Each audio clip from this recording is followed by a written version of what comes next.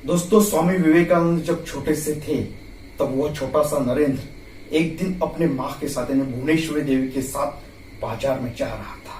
तो जिस रास्ते से वे बाजार में जा रहे थे उस रास्ते के दोनों ओर कई सारे विक्रेता अपने वस्तुएं बेच रहे थे और कई सारे वाहन जैसे कि घोड़ा गाड़ी, ऊंट गाड़ी आ जा रहे थे। तो जैसे ही वह आगे गए तो एक घोड़ा गाड़ी वाला अपनी घोड़ा गाड़ी लेकर उनकी ओर आ रहा था।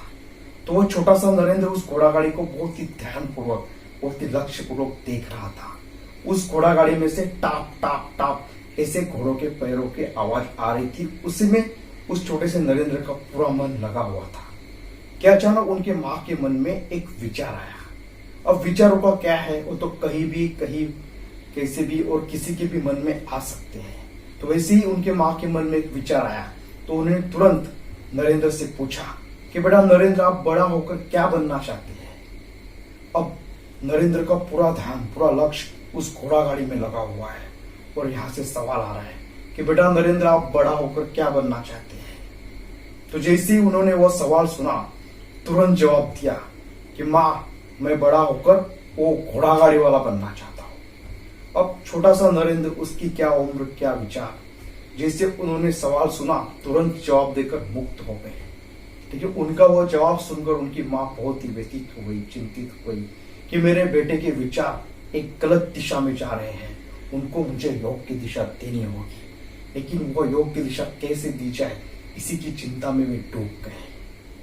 अब दोस्तों, घोड़ा गाड़ी वाला बनना कोई गलत बात तो है नहीं, लेकिन एक महापुरुष न बनते घोड़ा गाड़ी वाला बनना भी अच्छी बात नहीं है। इसी को लेकर उनकी माँ चिंतित थी।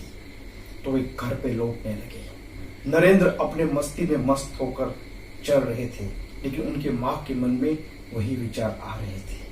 वे अस्वस्थ हो चुकी थी। फिर चलते चलते वे घर पे लौट आए। नरेंद्र घर पे आने के बाद वही खेलने लग गए, लेकिन उनकी माँ उन्हीं विचारों में खोई हुई थी कि अचानक उनका लक्ष्य अपने घर के दीवार पे लगे एक फोटो के ऊपर गया। तो जैसे उन्होंने वो फोटो देखा उनका मन शांत हो गया।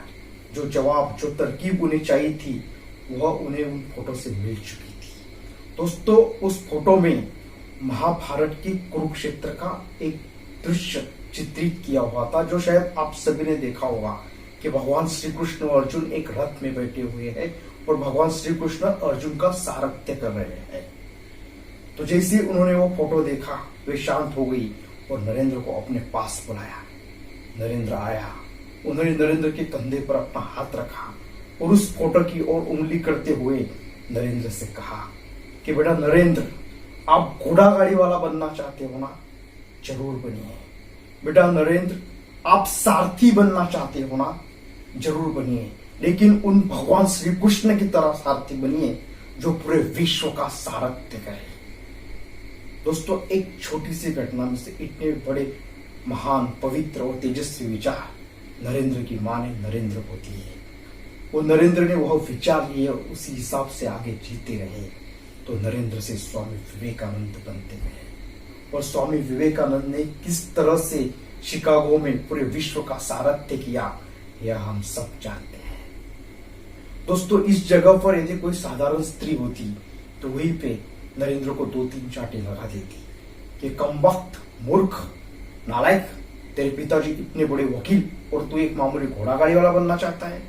लेकिन नहीं, एक महापुरुष की मां भी एक महान स्त्री होती है, तब जाके महापुरुष बनते हैं। दोस्तों, बच्चों के जो विचार है वे उनके उम्र के हिसाब से, उनके माहौल के हिसाब से, उनके दोस्तों के हिसाब से होते हैं। उनमें कोई अच्छाई या बुराई नहीं होती, लेकिन उनके विचारों को यदि सही समय पे योग के सृजनात्मक तरीके से सही दिशा दिखाई जाए तो उन विचारों से आगे महान व्यक्तित्व जन्म लेते हैं।